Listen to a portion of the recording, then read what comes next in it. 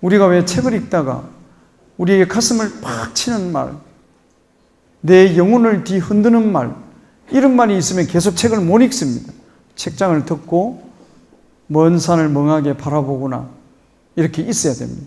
제가 그랬습니다. 이 한마디 때문에 차를 끓이고 멍하니 제 방에서 창밖을 오랫동안 바라봤습니다. 그러면서 제 자신을 들여다봤습니다. 그렇습니다.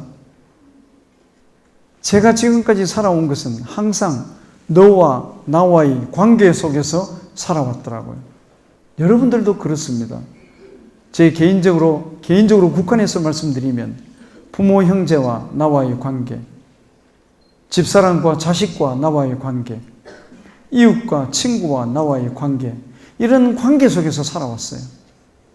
이 관계를 좀 더 확대시키면 이 사회와 이 시대와 나와의 관계, 자연과 인간인 나와의 관계, 신과 인간인 나와의 관계, 이런 관계 속에서 살아왔습니다. 좀 더 세분해서 얘기하면 여기에서 학교 교사이신 분은 교사인 나와 학교에 나오는 학생들과의 관계, 혹시 여기에서 어떤 사업을 하시는 분이 있으시면 사업주인 나와 또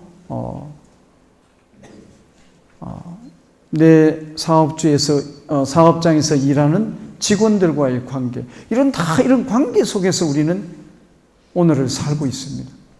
그런데 제 경우에 이런 관계가 항상 좋았느냐? 저는 항상 안 좋았습니다. 그래서 제 인생에 고통이 있는 거예요. 그럼 왜 안 좋았느냐? 사랑을 선택하라고 그랬는데 저는 항상 미움을 선택하면서 살아왔습니다.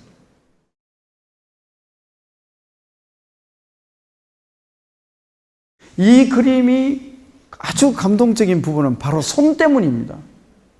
아버지의 손. 아버지는 남성입니다. 그런데 아버지의 왼쪽 손은 손마디가 좀 부드럽고 곱습니다. 여성의 손입니다. 오른쪽 손은 손마디가 거칠고 손이 남성의 손입니다. 자, 왼쪽에 있는 손은 모성의 손이고 오른쪽에 있는 손은 남성의 손으로 그렸습니다. 렘블란트가. 아버지는 남성인데 왜 손을 이렇게 각각 다르게 그렸을까요? 여기에 이 그림의 감동이 있는 겁니다. 우리가 모성을 통과하지 않고는 진정한 사랑을 이룰 수 없다는 겁니다. 모성의 그 위대성을 이야기하는 겁니다. 자, 여기 계시는 남성들은 가슴 속에 부성을 지니고 있습니다. 그러면 부성만 우리가 지니고 있을까요? 아닙니다. 내 부성의 기초를 이루는, 밑바탕을 이루는 것은 모성이라는 거죠. 모성이 바탕을 이루어야만이 나의 부성의 집을 지을 수가 있다. 그런 의미에서 이 그림은 우리들에게 시사하는 바가 큽니다. 그리고 여기 계신 여성 여러분, 내 가슴 속에 모성이라는 위대성이 있다는 것을 혹시 자칫 잊고 사시는지는, 또는 잃어버리고 사시는 것은 아닌지요. 그렇게 여러분들에게 질문드리고 싶습니다.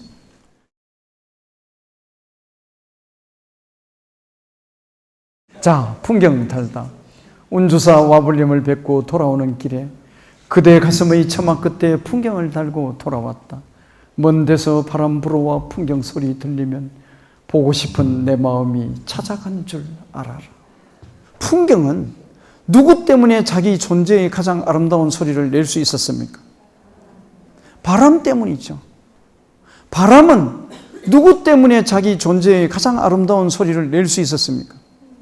풍경 때문이죠. 내가 하나의 인간이라는 풍경이라는 존재이면 내 인생 속에 풍경이라는 나라는 존재의 가장 아름다운 소리를 내어주는 바람이라는 존재가 내 인생 속에 누군가가 있을 겁니다. 나라는 존재가 바람이라면 내 인생 속에 바람이라는 나의 존재의 가장 아름다운 소리를 내게 하는 풍경이라는 존재가 내 인생 속에 존재해 있을 겁니다. 누구일까요? 여러분들의 가슴 속에 존재해 있습니다. 한번 생각해 보십시오. 지금 이 순간. 가수 안치환 씨가 작곡을 하고 안치환 씨가 여러분들을 위해서 불렀습니다. 안치환 씨의 목소리로 풍경 달다. 시노래 한번 들어보는 시간을 갖도록 하겠습니다.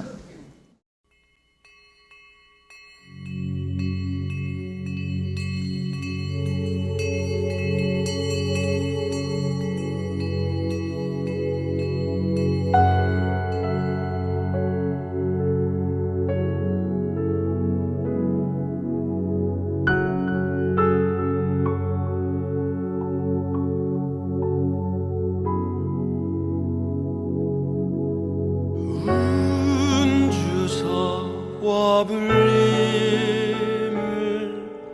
뵙고 돌아오는 길에 그대 가슴 저막 끝에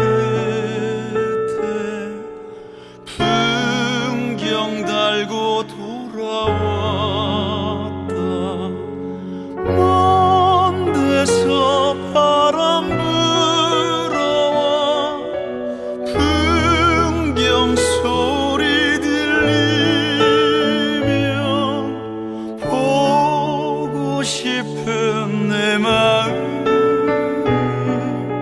찾아간 줄 알아라.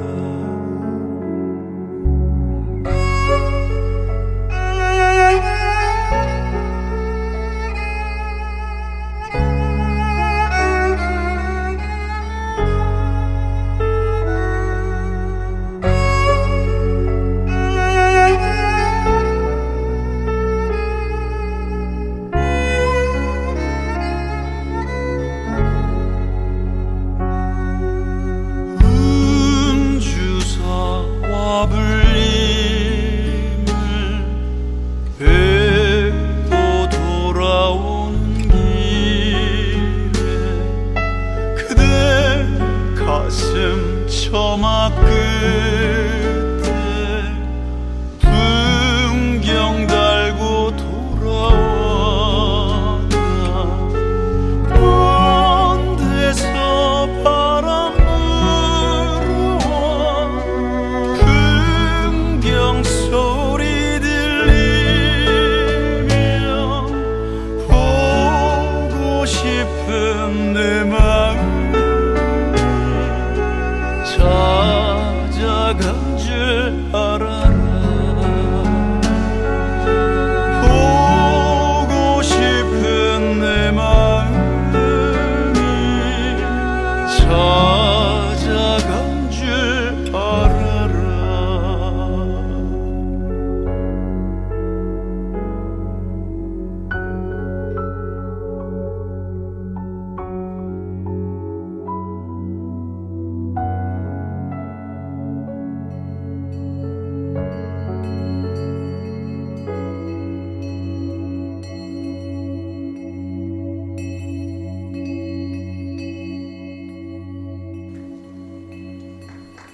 예.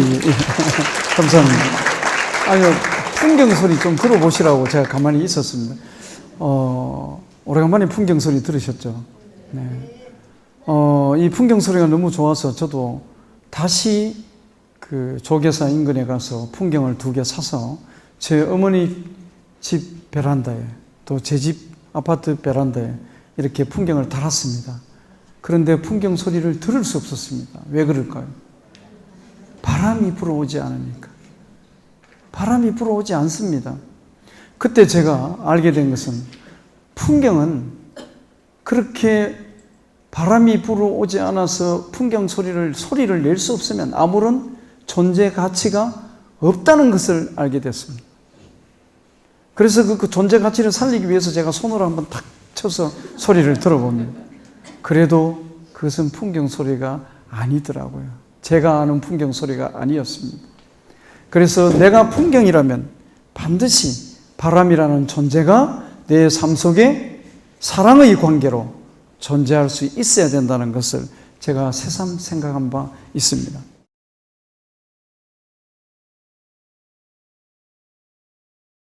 내일이라는 빵을 굽기 위해서는 고통이라는 재료가 필요하다. 고통은 그 의미를 찾는 순간 더 이상 고통이 아니다. 모든 색채는 빛의 고통이다. 저 빵 좋아합니다. 탄수화물, 제가 탄수화물을 너무 많이 먹는다고 저를 보고 가족들이 걱정합니다. 그래도 붕어빵도 맛있고요. 겨울 되면 붕어빵 꼭 사 먹습니다. 제가 또 호떡도 맛있잖아요. 찐빵 앞에 저는 맥을 못 춥니다. 찐빵 단팥이든 찐빵 싫어하시는 분 계십니까? 자, 그 찐빵 속에 사실은 단팥이 들어있어서 우리가 맛있게 먹지만 우리 인생이라는 그러한 찐빵 속에는 단팥 대신 고통이라는 재료가 들어갈 수밖에 없다는 겁니다. 고통은 그 의미를 발견하는 것이 중요하다는 거예요. 여기 이 말은 제 말이 아닙니다. 죽음의 수용소에서라는 책을 쓴 정신분석학자이자 심리학자인 빅터 프랭클이라는 사람이 쓴 죽음의 수용소라는 책 속에서 이러한 말을 했습니다. 여러분들 아십니다. 빅터 프랭클은 2차 대전 때 아이슈비츠 감방에서 가스실로 끌려갈 뻔하는 그러한 고통을 매번 당합니다. 그럴 때마다 내가 왜 이런 고통을 당해야 되느냐 생각합니다. 그러면서 고통의 의미를 발견합니다. 내가 끝까지 살아남아서 인류에게 이 나치의 만행을 증언해야 된다. 그래서 사금파리로 손가락 끝을 찔러서 피를 내어서 얼굴에 화석이 돌도록 바르면서 가스실로 끌려가는 순간을 모면합니다. 그래서 끝까지 살아남아서 죽음의 수용소에서라는 책을 남기면서 그 책 속에 고통은 그 의미를 찾는 순간 더 이상 고통은 아니다라는 말을 남깁니다. 그렇습니다. 여러분들이나 저나 지금 얼마나 우리가 살기가 고통스럽습니다. 각자 그 의미를 발견하는 것이 중요하다는 겁니다. 그 의미는 각자 다 다를 거예요. 모든 색채는 빛의 고통이다. 이 말은 독일의 시인 괴테가 한 말입니다. 빛이 없으면 이 세상에 색채는 존재하지 않습니다. 빛이 없으면 생명 또한 존재하지 않습니다. 지금 우리가 한 송이의 아름다운 그 꽃의 아름다운 빛깔도 아름다운 노을도 빛의 기쁨에 의해서 빛의 환희에 의해서 나타나는 것이다. 저는 그런 생각을 해본 적이 있습니다. 그런데 그게 아니라는 겁니다. 그러한 아름다운 색채도 빛의 고통에 의해서 빛의 고통의 문이라는 거죠. 고통에 대한 이야기를 좀 더 하겠습니다. 고통은 극복하는 것이 아니고 그냥 견디는 것이다. 견딤이 쓰임을 결정한다. 고통은 극복하는 것이 아니고 그냥 견디는 것이다. 이 말씀은 3년 전에 돌아가신 박완서 소설가 선생님께서 하신 말씀입니다. 박완서 선생님께서는 1988년에 병고로 남편을 잃으시고 4개월 뒤에 또한 26 사랑하는 아들을 잃으셨습니다. 얼마나 고통스러우셨겠습니까? 우리는 당신이 아니면 그 고통을 우리는 이해할 수 없습니다. 한 말씀만 하소서라는 박완서 선생님의 산문집을 읽어보면 그 속에 고통의 기록이 나옵니다. 너무 고통스러워서 밥을 먹을 수가 없었다. 맥주만 몇 모금씩 먹으면서 하루를 보냈다는 그런 기록이 나옵니다. 그런데 시간의 힘에 의해서 고통의 기간이 좀 지나고 나서 어떤 잡지 기자가 박완서 선생님을 인터뷰를 하면서 이렇게 질문합니다. 선생님, 그러한 고통을 어떻게 극복하셨습니까? 그렇게 질문을 하자 박완서 선생님께서 그것은 극복하는 것이 아니고 그냥 견디는 겁니다. 이렇게 대답하십니다. 저는 이 말씀을 잊어본 적이 없습니다. 저는 항상 극복해야 되는 줄 알았어요. 삶의 자세는 극복의 자세인 줄 알았습니다. 인내의 자세, 견디는 자세인 줄을 미처 몰랐던 것이죠. 우리는 우리의 현실을 한자어 하나로 한번 생각해 봅시다. 여러분들이 다 알고 있는 참을인자. 참을인자는 무슨 자 더하기 무슨 자의 합성어입니까? 예, 칼날인자 또는 칼도자 더하기 마음심자입니다. 마음, 나의 심장에 칼끝이 다가와 있는 그런 상황입니다. 우리가 살고 있는 이 현실적 상황이. 그러면 이러한 상황을 극복하려고 했을 때 우리가 그러한 상황을 부정하고 파괴하기 위해서는 우리가 움직여야 되기 때문에 칼끝에 찔릴 수밖에 없습니다.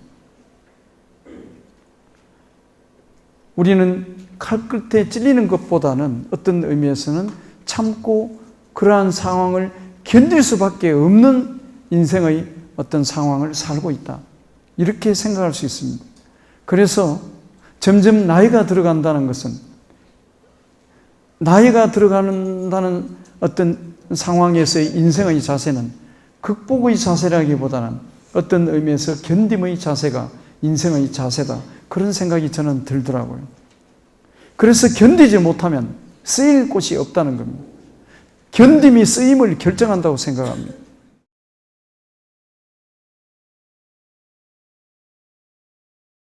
내가 사랑하는 사람. 나는 그늘이 없는 사람을 사랑하지 않는다. 나는 그늘을 사랑하지 않는 사람을 사랑하지 않는다. 나는 한 그루 나무의 그늘이 된 사람을 사랑한다. 햇빛도 그늘이 있어야 맑고 눈이 부시다. 나무 그늘에 앉아 나뭇잎 사이로 반짝이는 햇살을 바라보면 세상은 그 얼마나 아름다운가. 나는 눈물이 없는 사람을 사랑하지 않는다. 나는 눈물을 사랑하지 않는 사람을 사랑하지 않는다. 나는 한 방울 눈물이 된 사람을 사랑한다. 기쁨도 눈물이 없으면 기쁨이 아니다. 사랑도 눈물 없는 사랑이 어디 있는가. 나무 그늘에 앉아 다른 사람의 눈물을 닦아주는 사람의 모습은 그 얼마나 고요한 아름다움인가. 여러분들은 어떤 사람을 사랑하십니까? 저는 자기의 그늘과 눈물을 사랑하는 사람을 사랑한다. 여기에서의 그늘은 고통의 그늘입니다. 여기에서의 눈물은 절망과 분노와 상처의 눈물입니다. 우리의 인생을 구성하는 구성 요소 세 가지는 무엇일까요? 아까 제가 이야기했던 사랑, 그리고 이러한 고통의 그늘, 이러한 눈물로 우리의 인생은 이루어져 있습니다. 우리의 인생을 이루는 소중한 그 가치와 의미를 우리는 폄하시키면서 살 수는 없는 거예요. 내 인생에 왜 이렇게 눈물이 많노? 내 인생에 왜 이렇게 그늘이 많노?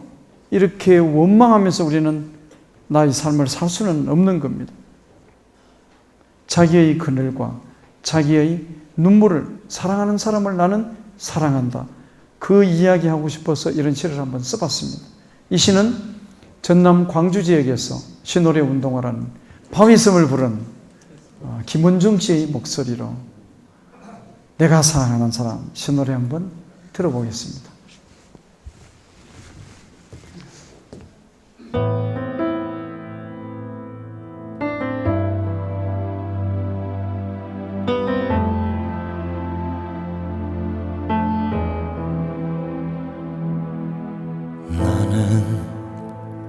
그늘이 없는 사람을 사랑하지 않아.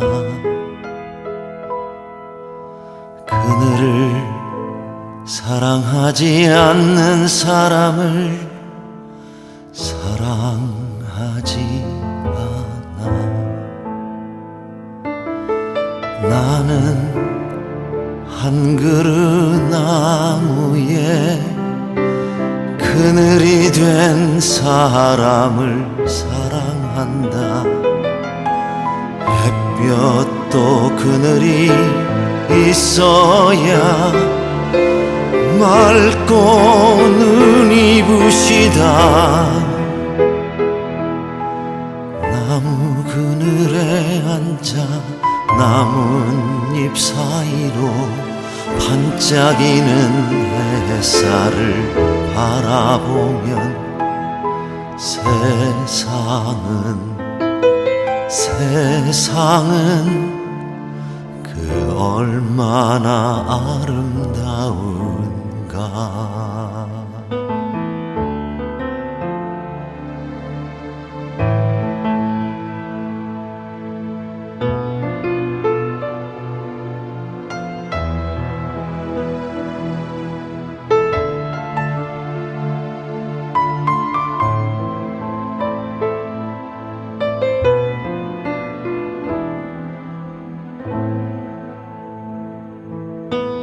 나는 한 방울 눈물이 된 사람을 사랑한다. 사랑도 눈물이 있어야 맑고 눈이 부시다. 나무 그늘에 앉아 나뭇잎 사이로 반짝이는 햇살을 바라보면 세상은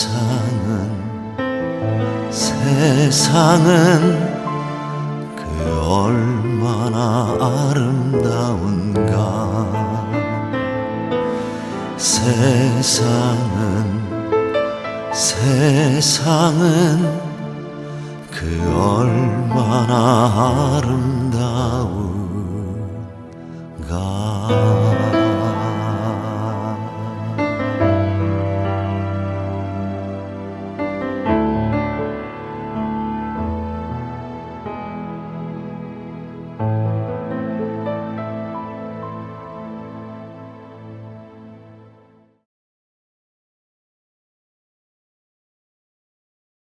저는 우리 삶에서 고독의 문제보다는 외로움의 문제가 보다 더 심각하다고 생각합니다. 왜냐하면 많은 사람들이 외롭다고 해서 스스로 목숨을 버리는 사람이 너무 많다는 거죠. 외롭지 않는 사람은 아무도 없습니다. 나 혼자 외로운 것이 아니라는 거죠. 외로움은 인간의 본질입니다.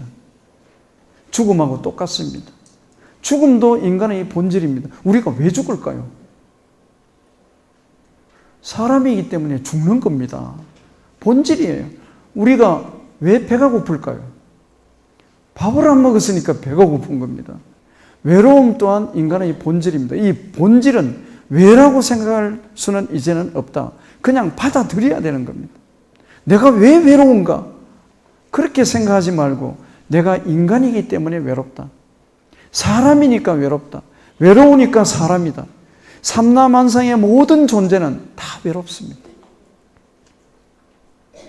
그래서 외로움도 극복하는 것이 아니고 견디는 거다는 거죠. 외로움은 이중적 구조를 지니고 있습니다.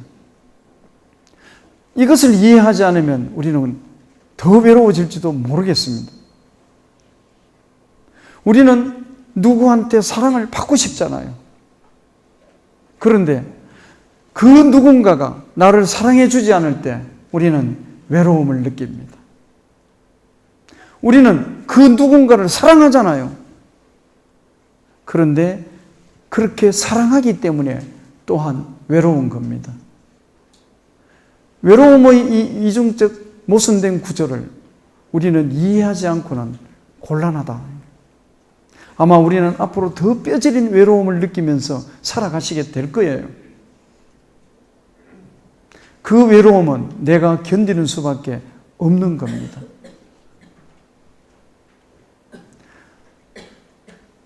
아침 이슬을 부른 양희은 씨의 목소리로 수선아에게 신노래 듣고 제 이야기를 정리하도록 하겠습니다.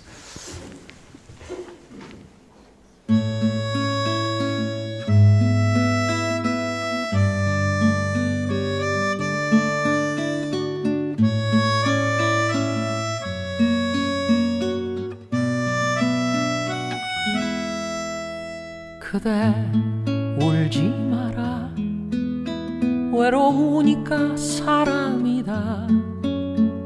살아간다는 것은 외로움 견디는 일, 공연이 오지 않는 전화를 기다리지 마라.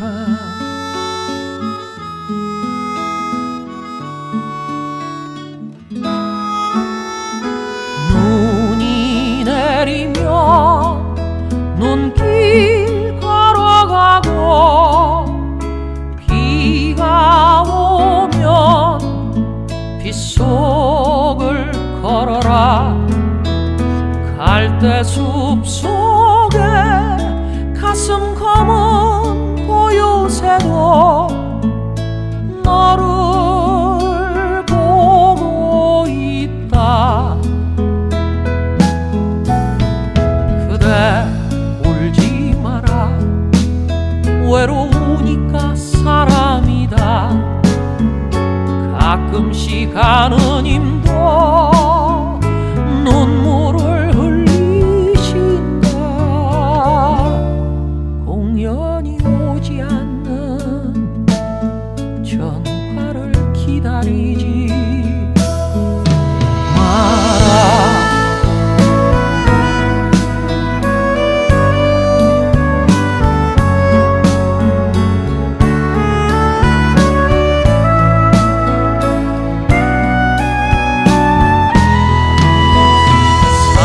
그림자도 외로움에 겨워 한 번씩은 마을로 향하며 새들이 나무가지에 앉아서 우는 것도, 그대가 물가에 앉아 있는 것도, 울지 마라. 외로우니까 사람이다. 살아간다는 것은 외로움 견디는 일, 공연이 오지 않는 전화를 기다리지 마라. 그대 울지 마라.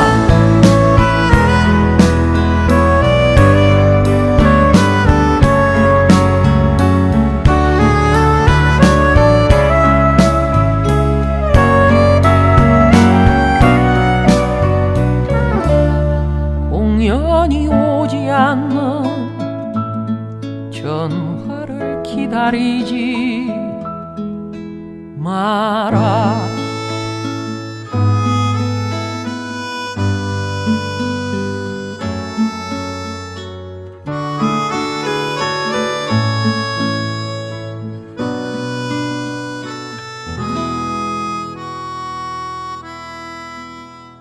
you.